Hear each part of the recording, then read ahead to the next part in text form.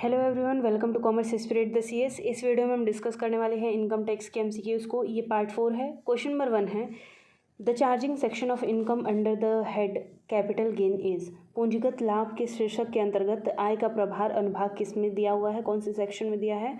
तो ये है section 45 sub section 2। Question number 2 है, the following shall not be regarded as capital asset. निम्नलिखित में से कौन सा पूंजीगत संपत्ति नहीं माना जाता है? अर्बन लैंड हो गया, सिक्योरिटीज़ हो गए और आर्कोलॉजिकल कलेक्शन हो गए। ये सब कैपिटल एसेट है। मोटर कार इसके अंदर नहीं आता है। क्वेश्चन नंबर 3 है, ITR 5 is related to. ITR 5 किससे रिलेटेड है? तो इंडिविजुअल से रिलेटेड है। ITR का फुल फॉर्म होता है income tax return. Question number 4 है, tax refund has to be claimed within. कर वापसी का दावा कितने समय के अंदर हो जाना चाहिए? तो ये है 1 साल का। जैसे जो एडवांस पेमेंट ऑफ टैक्स होता है तो उसमें कभी कभी ऐसे होगा कि ज़्यादा टैक्स का पेमेंट हो जाएगा, तो उस समय पे क्लेम करना होता है इनकम टैक्स अथॉरिटी के पास कि ज़्यादा टैक्स का पेमेंट हो गया है, उसे अगले साल के लिए रिकूप कर लिया जाता है, अगले साल के लिए उसको रख दिया जाता है। तो ये टैक्स रिफंड होता है, तो 1 साल के अंदर ही उसकी क्लेम किए जाते हैं। क्वेश्चन नंबर 5 है, in the absence of individual SSC return of income can be signed by. अगर निर्धारित उस समय पे अनुपस्थित है तो आय की विवरणी पर कौन सिग्नेचर करता है? तो कोई भी अथोराइज्ड पर्सन, अधिकृत व्यक्ति उस पर सिग्नेचर कर सकता है। क्वेश्चन नंबर 6 है, amount of deduction in case of a person with severe disability under section 80U। धारा 80U के तहत गंभीर विकलांगता वाले व्यक्ति को कटौती कितने राशि तक की मिलती है? तो वो है 1 लाख रुपए। क्वेश्चन नंबर 7 है, payment of ₹45,000 made in cash towards purchases of medicine. The amount of disallowance under section 40A sub section 3 is. तो ये पूरा 45,000 हो जाएगा। क्वेश्चन नंबर 8 है, an amount up to maximum 10,000 is deductible under section 80TTA from the gross total income of. कौन से व्यक्ति के सकल कुल आय से धारा 80TTA के तहत अधिकतम 10,000 तक की राशि की कटौती मिलती है? तो वो HUF और इंडिविजुअल दोनों के लिए रहता है। 80TTA रिलेटेड किससे है? Interest on savings. और मैक्सिमम कितना डिडक्शन मिलता है? वो है 10,000। तो एक क्वेश्चन से 3 क्वेश्चन बन सकते हैं आपके। क्वेश्चन नंबर 9 है, deduction available under section 80GG। 80GG related है आपका हाउस प्रॉपर्टी से, घर से। इसको मैंने याद किया था इस तरीके से, घर घर यानी कि हाउस से रिलेटेड है। अगर आप किसी को हाउस को रेंट पे लेते हैं, वहाँ का रेंट पेमेंट करते हैं, या फिर उस पर लोन कोई है उस पर इंटरेस्ट देते हैं, तो वो आपको 80GG के अंदर डिडक्शन मिलता है। तो rent paid can not be more than. भुगतान किए गए किराए के संबंध में 80GG के तहत उपलब्ध कटौती से अधिक नहीं होनी चाहिए। तो 5,000 पर मंथ से ज़्यादा नहीं होना चाहिए। क्वेश्चन नंबर 10 है, deduction under section 80G।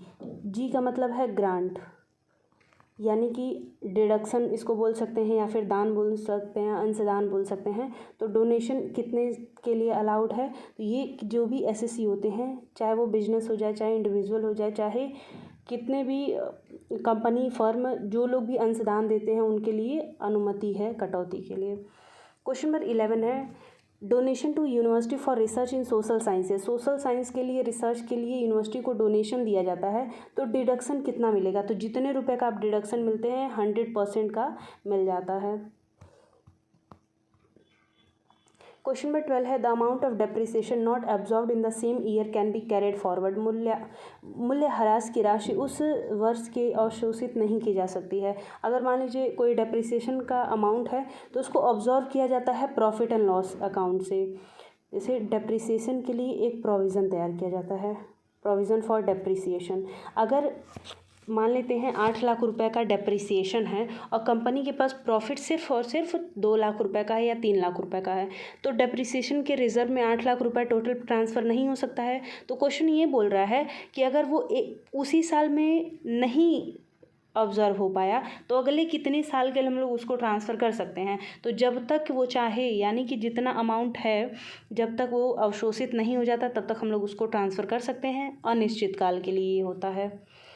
Question number 13 है, loss from speculation business can be set of against. सट्टे के बाजार से अगर कोई नुकसान होता है तो उसकी भरपाई किससे होती है?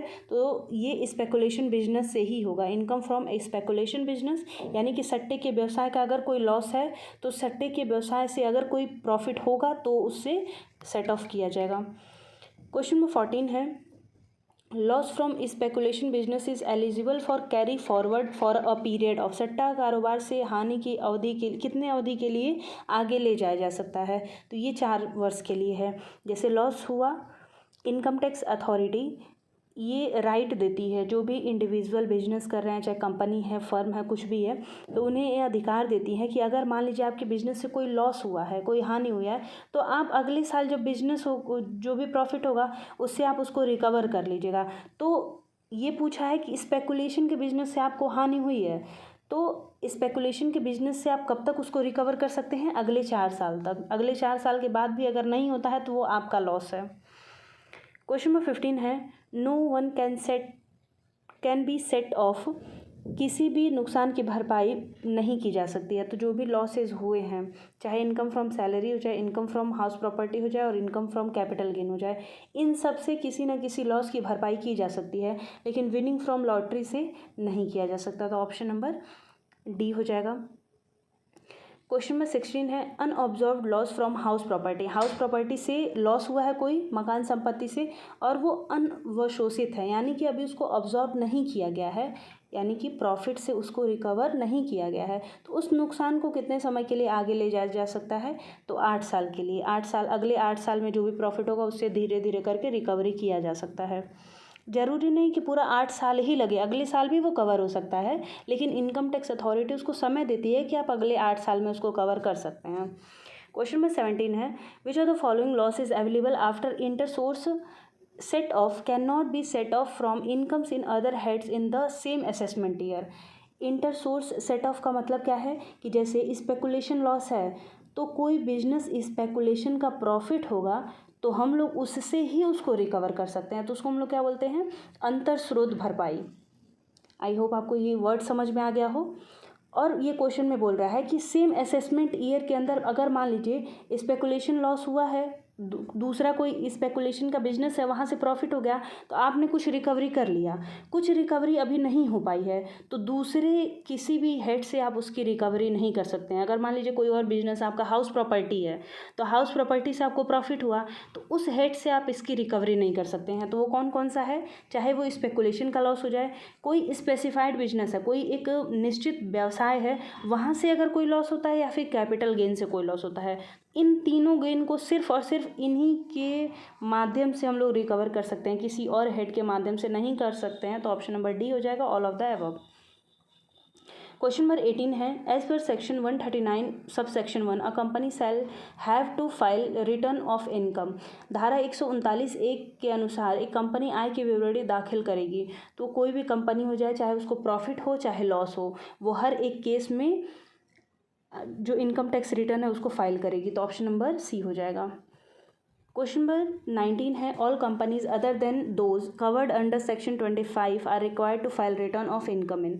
धारा 25 के अंतर्गत आने वाली कंपनियों को छोड़कर सभी कंपनियां आय की विवरणी कौन सी इनकम टैक्स रिटर्न के माध्यम से फाइल करती हैं? तो ये है फॉर्म ITR 6। ITR का फुल फॉर्म है इनकम टैक्स रिटर्न। तो कंपनीज अंडर सेक्शन 25 को छोड़ करके ITR 6 फाइल करती हैं। क्वेश्चन नंबर 20 है, एन इंडिविजुअल और HUF having income under the head of profit और gain from business and profession is required to file the return in. एक व्यक्ति या HUF की आय, लाभ या व्यवसाय और पैसे के लाभ से होने से रिटर्न को दाखिल करने की आवश्यकता होती है। तो ये फाइल करते हैं ITR 3 को। नेक्स्ट है question number 21, e filing of return in case of an office of the government या company and a firm whose accounts are liable to be audited. सरकार या कंपनी के एक कार्यालय और एक फर्म जिसके खाते ऑडिट किए जाते हैं, उनके लिए रिटर्न फाइल करना जरूरी है या नहीं? तो ये अनिवार्य है, मैंडेटरी है ई फाइलिंग। क्वेश्चन नंबर 22 है, advance payment of tax is in nature of. कर का अग्रिम भुगतान की प्रकृति क्या होती है? तो ये एक प्रीपेड एक्सपेंस होता है, यानी कि अग्रिम व्यय।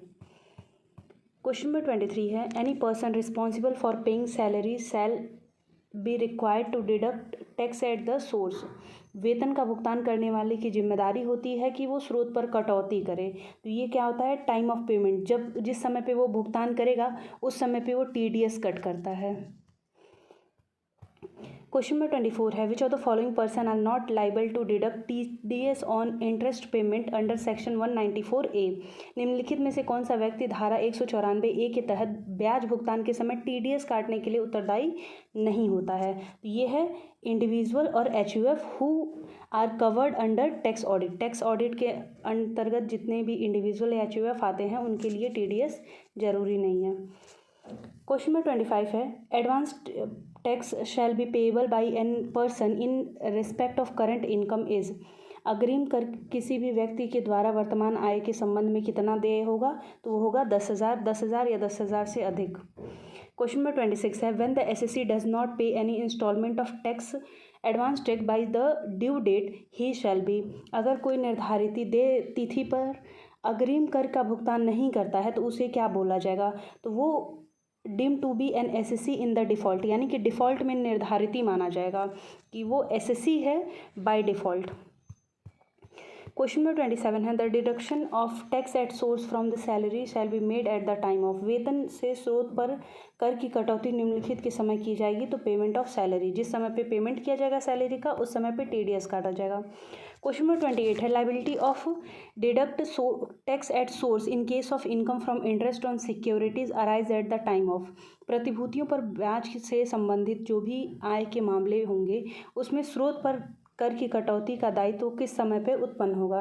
तो जिस समय पे credit of interest to the account of the payee, interest payable account और payment thereof whichever is earlier, यानी कि जित अकाउंट में जो भी इंटरेस्ट क्रेडिट हुआ या फिर इंटरेस्ट पेबल अमाउंट कब आता है, नहीं तो पेमेंट कब किया जाता है, जो भी जल्दी हो जाएगा उस समय पे कर की कटौती हो जाएगी। प्राप्तकर्ता या ब्याज दे खाते में जो भी ब्याज क्रेडिट हुआ है या उसका भुगतान, दोनों में से जो जल्दी होगा वो आपका TDS उस समय पे कट जाएगा। क्वेश्चन नंबर 29 है Madhu has won the horse race and is entitled to a prize of 10 lakh. The race club should deduct TDS amounting to. Madhu ने घोड़दौड़ में जीत हासिल की है और 10 लाख रुपए का पुरस्कार मिला है, तो रेस क्लब को कितना TDS काटना है? तो वो कितना काटेगा? 3 लाख। 30% होता है TDS कटता है आपका हॉर्स रेस पे। क्वेश्चन नंबर 30 है which of the following income from other sources is not taxable. अन्य स्रोतों से निम्नलिखित में से कौन सी आय कर योग्य नहीं है, यानी कि कर मुक्त है? डिविडेंड फ्रॉम कोऑपरेटिव सोसाइटी ये कर योग्य है, विदेशी कंपनी से जो भी लाभांश मिलेगा वो भी कर योग्य है, और लॉटरी में जो जीत होती है वो भी कर योग्य है। डिविडेंड जो मिलता है डोमेस्टिक कंपनी से उस पर कर नहीं लगता है। क्वेश्चन नंबर 31 है receipt of amount on maturity of LIP policy. Life insurance policy की परिपक्वता पर जो राशि प्राप्त होती है वो क्या होता है?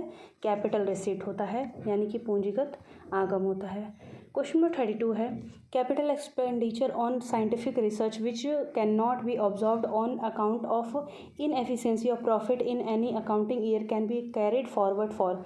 यानी कि वैज्ञानिक अनुसंधान के लिए जो भी पूंजीगत व्यय किए गए हैं वो अगर मान लीजिए किसी असेसमेंट ईयर में लाभ की अपर्याप्तता की वजह से समाहित नहीं किए जा सकते हैं, एब्जॉर्ब नहीं किए जा सकते हैं, तो उन्हें कितने साल के लिए आगे बढ़ाया जा सकता है? तो इनफाइनाइट पीरियड के लिए, यानी कि अनिश्चित काल के लिए, जब तक कि वो कैपिटल एक्सपेंडिचर पूरा नहीं हो जाएगा तब तक उसको बढ़ाया जा सकता है। क्वेश्चन नंबर 33 है the number allotted by the income tax authorities to the SSC for identification and which should be quoted in all documents and correspondence in. पहचान के लिए निर्धारित को आयकर अधिकारियों द्वारा आवंटित संख्या और जिसे वो दस्तावेजों और पत्राचार से उद्धृत कर सकता है उसे क्या कहते हैं? तो उसे हम लोग कहते हैं permanent account number, PAN number. Question number 34 है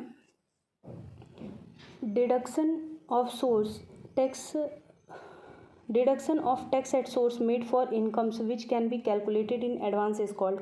आय के लिए किए गए स्रोत पर कर की कटौती जिसकी गणना अग्रिम में की जाती है उसे क्या कहते हैं? उसे हम लोग कहते हैं tax deduction on sources, tax deduction at sources. Hindi में इसको हम बोलते हैं अग्रिम कर की कटौती, स्रोत पर कर की कटौती TDS को। क्वेश्चन नंबर 35 है कैजुअल इनकम आकस्मिक आय क्या होती है? तो ये फुली टैक्सेबल होती है, कर योग्य होती है। आकस्मिक आय का मतलब क्या है कि जैसे आप मान लीजिए बिजनेस कर रहे हैं शेयर्स और डिबेंचर्स में, तो वहाँ से जो प्रॉफिट होगा वो तो आपको पता है कि वहाँ से प्रॉफिट होना ही होना है, लेकिन आपने कुछ अलग कोई काम कर दिया, वहाँ से अचानक से आपको आय मिल जाती है, तो उसे हम लोग कैजुअल इनकम बोलते हैं, जो जनरली नहीं होता है लेकिन बाई चांस कभी हो जाता है। क्वेश्चन नंबर 36 है, tax on short term gain on sale of listed share, सूचीबद्ध शेयरों के कीमत बिक्री पर अल्पावधि पर लाभ मिलता है, उस पर कर कितना लगता है? तो उस पर 15% का टैक्स लगता है। क्वेश्चन नंबर 37 है, statutory limit for exemption of compensation received at the time of voluntary retirement, स्वैच्छिक सेवानिवृत्ति के समय प्राप्त मुआवजे की छूट की वैधानिक सीमा क्या है? तो ये है आपका 5 लाख रुपए का। क्वेश्चन नंबर 38 है, dash must be paid according to the provision of pay as you earn scheme. Pay as you earn यानी कि जैसे जैसे कमाते जाते हैं उस हिसाब से टैक्स का भुगतान करते जाते हैं, तो उसे हम लोग क्या कहते हैं? एडवांस टैक्स कहते हैं, अग्रिम कर। ये आपका कोटेशन भी दे सकता है, पे एज यू अर्न किससे संबंधित है? तो वो अग्रिम कर से संबंधित है। क्वेश्चन नंबर 39 है, advance tax is payable when tax payable by an SSC is dash or more. अग्रिम कर देय होता है जब एक निर्धारित द्वारा देय कर या किससे अधिक होता है, तो 10,000 रुपये से अगर अधिक रहेगा तो एडवांस पेमेंट ऑफ टैक्स किया जाता है। क्वेश्चन नंबर 40 है, इनकम फ्रॉम अदर सोर्सेज, अन्य स्रोतों से होने वाली आय को हम लोग क्या कहते हैं? तो इसे हम लोग रेजिडुअरी हेड ऑफ इनकम कहते हैं, यानी कि आय का अवशिष्ट शीर्षक। जो किसी भी शीर्षक के अंदर आय नहीं जाती है वो इनकम फ्रॉम अदर सोर्सेज में जाती है, इसीलिए इसको अवशिष्ट शीर्ष कहते हैं। क्वेश्चन नंबर 41 है, इनकम ऑफ बेनामी transaction shall be included in the income of. बेनामी लेन देन की आय किस में सम्मिलित की जाती है? तो जो उसका वास्तविक स्वामी है, रियल ओनर है, उसके अकाउंट में ट्रांसफ़र किया जाता है। क्वेश्चन नंबर 42 है, loss from business can be carried for. व्यवसाय से जो भी घाटा होते हैं वो कितने साल के लिए आगे ले जाए जा सकते हैं? तो 8 साल के लिए ले जाए जा सकते हैं। क्वेश्चन नंबर 43 है, under section 44A(b) specified date का मतलब क्या होता है? तो इसका मतलब होता है 30 सितंबर, 30 सितंबर। क्वेश्चन नंबर 44 है, indexation is applicable to. Indexation किस पर लागू किया जाता है? तो उन सभी संपत्तियों पर लागू किया जाता है जो डेप्रिसिएबल नहीं होती हैं। तो ऑप्शन नंबर डी करेक्ट हो जाएगा, sale of long term capital asset which are not depreciable, यानी कि जिन पर मूल्य ह्रास से नहीं लगता है उन पे इंडेक्शन लगता है। आई होप आपको सभी क्वेश्चन के आंसर अच्छी तरीके से समझ में आ गए हों। किसी क्वेश्चन में डाउट होगा तो आप पूछ लीजिएगा। वीडियो पसंद आए तो वीडियो को लाइक कर दीजिएगा, चैनल पर नए होंगे चैनल को सब्सक्राइब कर दीजिएगा। मिलते हैं नेक्स्ट वीडियो में।